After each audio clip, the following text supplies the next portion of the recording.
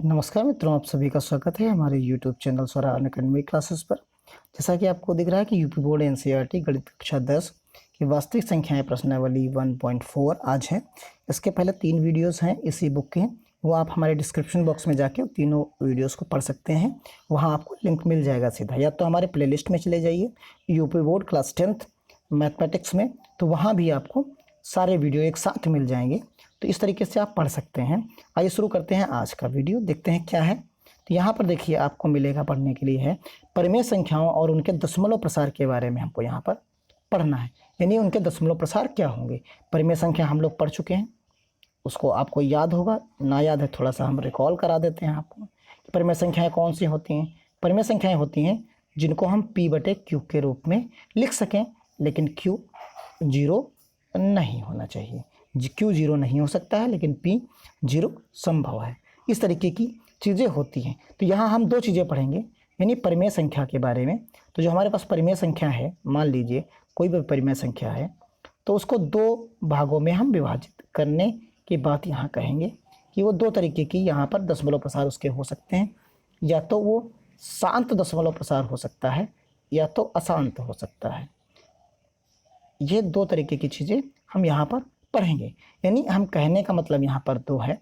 अगर हम इसकी इंग्लिश में बात करें तो एक हो जाएगा हमारा टर्मिनेटिंग नंबर हो जाएगा, एक हम टर्मिनेटिंग नंबर की बात करते हैं, और एक के आगे बस नॉन लगा दीजिए तो वो नॉन टर्मिनेटिंग डेसिमल एक्सप्रेशन हो जाएगा।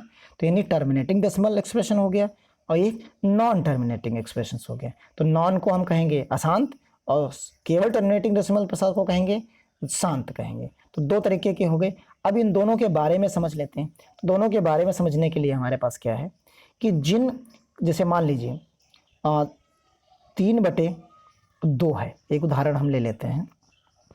इसको जब हम दशमलव में बदलेंगे, भाग देंगे, तो ये हमें 1.5 मिलेगा, आपको पता है। इस तरह जब हम भाग देंगे तो 1.5 मिलेगा। अब यानी इसके आगे कोई नंबर नहीं बढ़ रहा है। तो जब कोई नंबर नहीं बढ़ रहा है यानी यहीं पर ये समाप्त हो गया। तो इस वाले प्रसार को हम कहेंगे ये शांत प्रसार है। ये कौन सा हो गया? शांत प्रसार हो गया। लेकिन अगर इसी जगह पर ये आगे बढ़ता रहे, कभी खत्म ही ना हो, तो वो अशांत प्रसार हो जाता है। जैसे उदाहरण के रूप में हम ले लें, देखिए 10/3 ले लें, तो यहाँ क्या मिलेगा? यहाँ आपको मिलेगा 3.3333, इस तरह मिलता रहेगा, यानी ये खत्म नहीं होगा। यानी इसको 3.3 बार भी लिख सकते हैं। तो ऐसी जो संख्याएं होंगी वो कौन सी हो जाएंगी?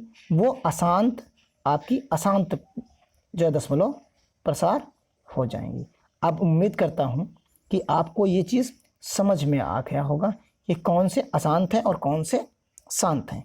चलिए सॉल्व करते हैं। अब आपकी एक्सरसाइज में देखिए यहाँ पर एक और मेथड बताया गया है।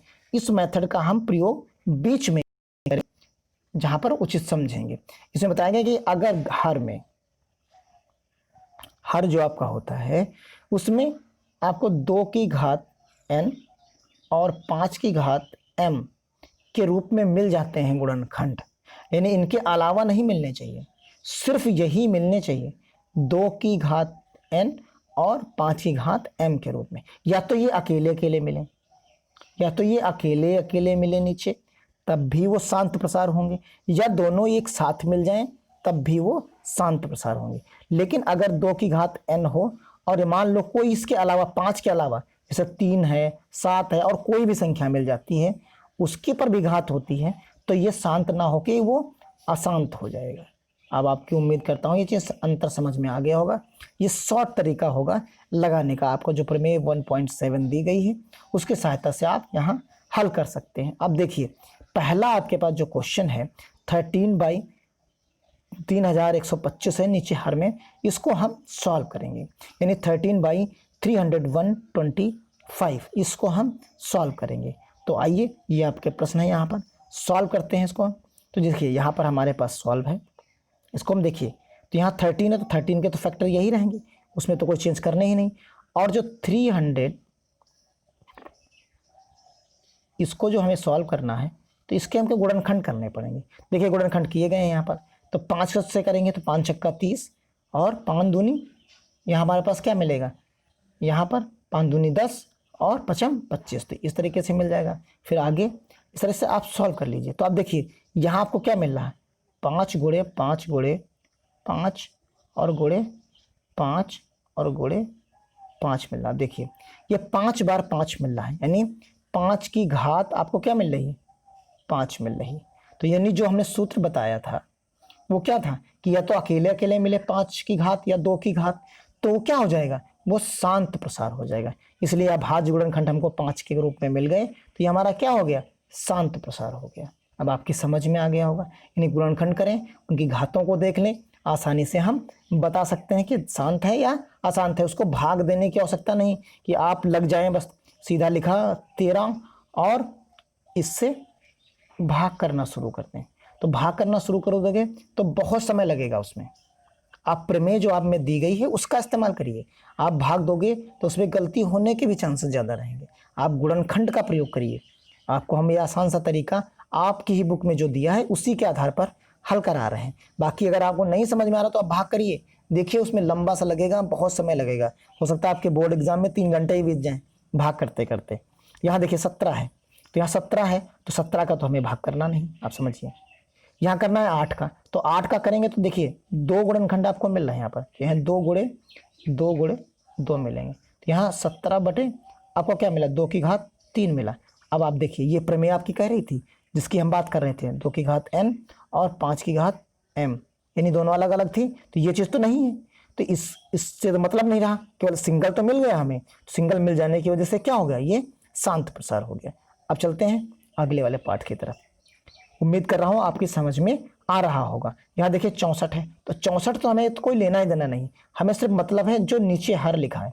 यहाँ जब आप इसको करोगे तो देखिए यहाँ 5 मिल रहा, 7 मिल रहा और 13 मिल रहा है। अब देखिए यहाँ 7 और 13 दो अलग मिल रहे हैं, ये अभाज्य गुणनखंड तो हैं, लेकिन 5 के अतिरिक्त हमें सिर्फ चाहिए क्या, 2 में चाहिए या 5 में चाहिए शांत के लिए। अगर इनके अलावा कोई अभाज्य गुणनखंड मिलते हैं तो वो हमारा शांत प्रसार नहीं होगा। यानी इस स्थिति में क्या हो गया, यहाँ 7 मिला और 13 मिला, 7 और 13 मिल जाने की वजह से ये क्या हो गया, अशांत हो गया। यानी यहाँ हम कह सकते हैं कि ये दशमलव प्रसार जो है वो अशांत है। चीज़ आपकी समझ में आ गया होगा। अब चलते हैं अगले पार्ट्स की तरफ।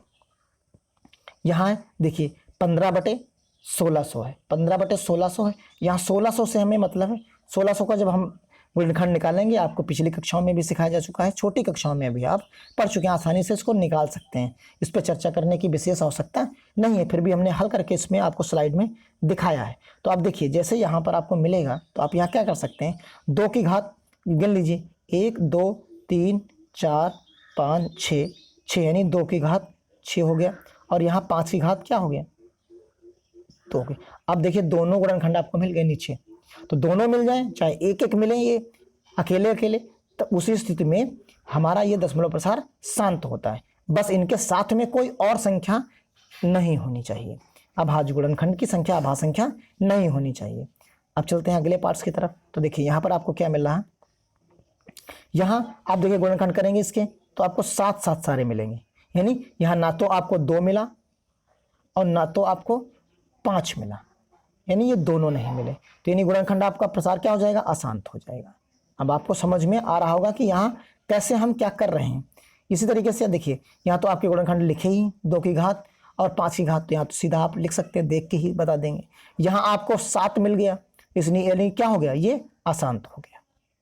यहाँ 3 और 5 है, तो देखिए इस स्थिति में आप यहाँ पर एक चीज गौर करिए, जब सॉल्व हो रहा हो, देखिए यहाँ पर क्या है, यहाँ 3 और 5 तो मिला गुणनखंड के रूप में, लेकिन 3 और 3 जो है कैंसिल हो गया, तो यहाँ क्या बचा, 2/5 मिला, जो फाइनली मिला उसी पर हम बात करेंगे। तो यहाँ पर क्या हो गया, ये शांत प्रसार हो जाएगा हमारा। इस तरीके से आपने सवाल ये सारे समझ लिए होंगे, और आपकी मैं उम्मीद करता हूँ इतने सवाल समझ में आ गए होंगे। यहाँ देखिए 2 और 5 मिल रहे हैं, तो यानी ये क्या हो जाएगा, शांत हो जाएगा। यहाँ 3 मिल गया और 7 भी मिल गया, लेकिन 7 ऊपर था तो 7 से 7 तो कट गया, तो आपके पास बचेगा क्या, 2 बच रहा है और 3 बच रहा और 5 बच रहा है। यहाँ 3 ही बच गया, इस वजह से क्या हो गया, ये अशांत हो गया। अब आपकी उम्मीद करता हूँ सवाल ये सारे के सारे 10 सवाल आपकी समझ में आ गए होंगे। तो इस तरीके से आप सवाल नंबर हमारे पास 2 है, इसमें हम सवाल नंबर 2 में आप देखिए क्या आपको करना है। यहाँ पर सवाल नंबर 2 जो आपके पास है, सवाल नंबर 2 में आपको ऊपर दिए गए प्रश्नों में परिमेय संख्याओं को दशमलव प्रसार की बात करिए। जो परिमेय संख्याएं हैं उनमें सिर्फ दशमलव प्रसार की हम बात करेंगे, जो शांत हों। अशांत वाले जो मिले उनको हम हल नहीं करेंगे, यानी सिर्फ उन्हीं को लेंगे जो शांत हैं। ठीक, उन्हीं की हम चर्चा करेंगे अगले वाले पार्ट्स में। जो सवाल नंबर 1 की बात है उसमें हम बात कर रहे हैं उसके। चलिए अब यहाँ देखते हैं कौन कौन सी परिमेय मिले थी, आप वो लगा के देख चुके हैं। तो यहाँ आपको मिला था, उनको हमको क्या करना है, दशमलव प्रसार में। अब यहाँ आपको भाग करके देखना पड़ेगा। यहाँ आप भाग करके चेक करेंगे कि कैसे इनको भाग देना है। तो आपके पास 2 तरीके हैं, या तो आप क्या करिए, इनको अलग अलग करके लिए, और आप मेथड आप पर निर्भर है, मेथड है वो आप पर निर्भर कर रहा है कि कितना कहां पर जाएगा।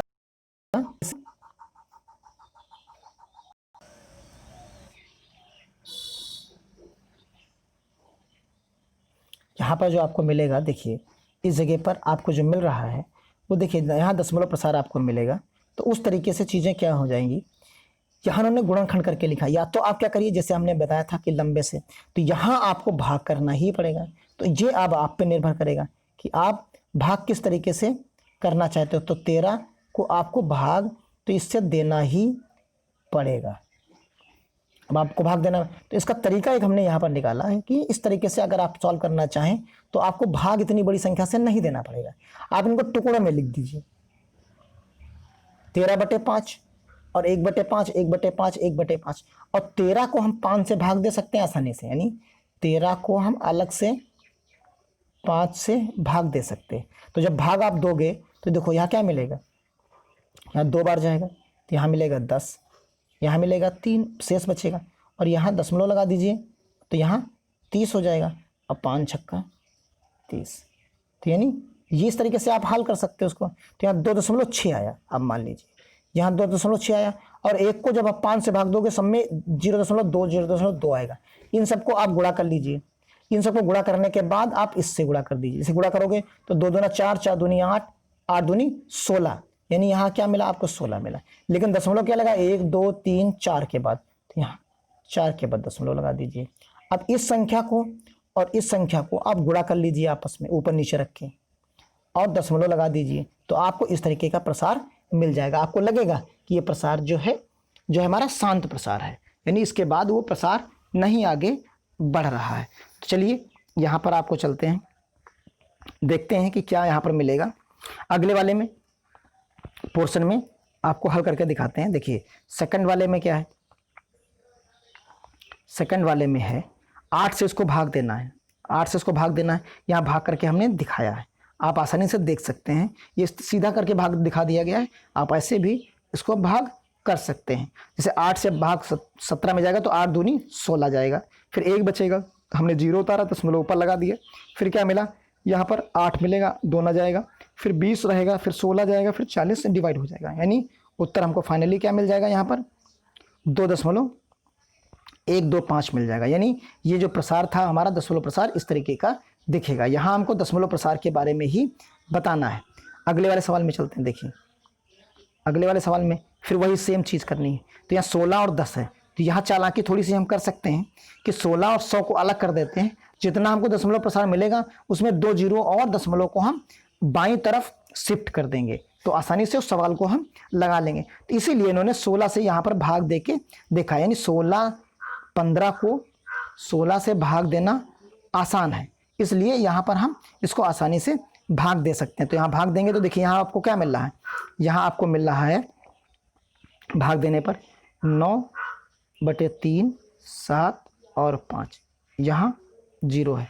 अब आप देखिए यहाँ नीचे तो 10 और 10 गुणे 100 होगा ना नीचे, तो यानी 2 अंक और हम 0 नीचे 2 लगे तो 2 अंक हम इधर की तरफ इसको बढ़ा देते हैं, दशमलव बढ़ा देते हैं, और ये दशमलव ला के यहाँ पर लगा देते हैं इस जगह पर, यानी ये चीज़ हमारा उत्तर बन जाएगा। तो आइए देखते हैं कि क्या है। देखिए वही सेम चीज़ आपकी बन गई। तो इस तरीके से हम इनको सॉल्व कर सकते हैं गुणनखंड करके भी। और देखिए यहाँ पर तो गुणनखंड थे ही, तो उनको अलग अलग हम डिवाइड कर सकते हैं। जैसे 10 से करेंगे तो यहाँ 10 की घात 2 है, यानी यहाँ कितना आएगा 100 आएगा, तो 100 का दशमलव मिलेगा, 0.23 मिलेगा यहाँ पर, और यहाँ पर क्या है 0.5 है। तो 0.5 है तो दोनों को क्या कर देंगे, गुणा कर देंगे।